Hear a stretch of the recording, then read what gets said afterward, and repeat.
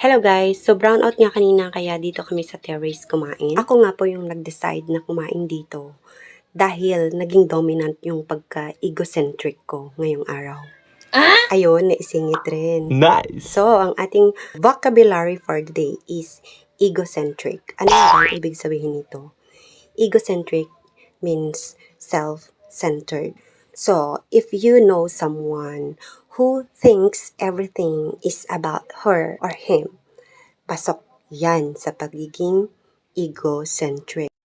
Di yumot nga may tatanong kakabsat kat frustrated nga psychologist dito'y kabsa yo. Char.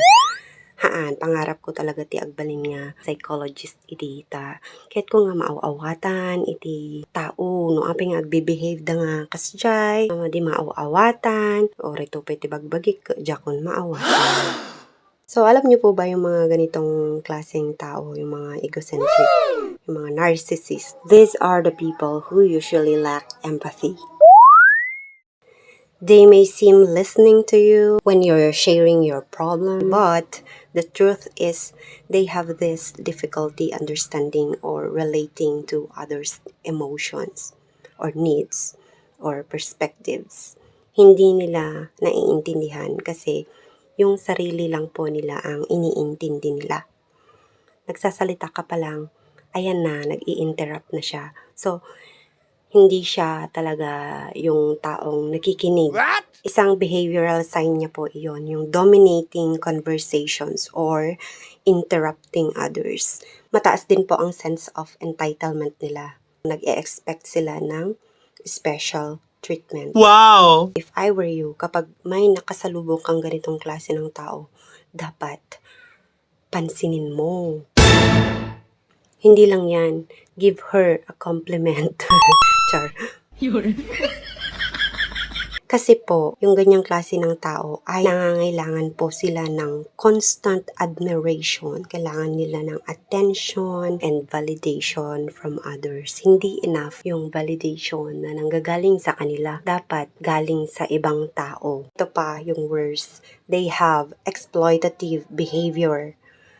Paano ito nangyayari? So, they take advantage of others for their personal gain. Wala na silang pakialam kung paano masasolusyonan ng iba yung problema. Basta ang importante, magagawan nila ng paraan. Parang ganito, wala akong pakialam kung paano mo gagawin. Basta ang importante, gawin mo dahil importante yun sa akin.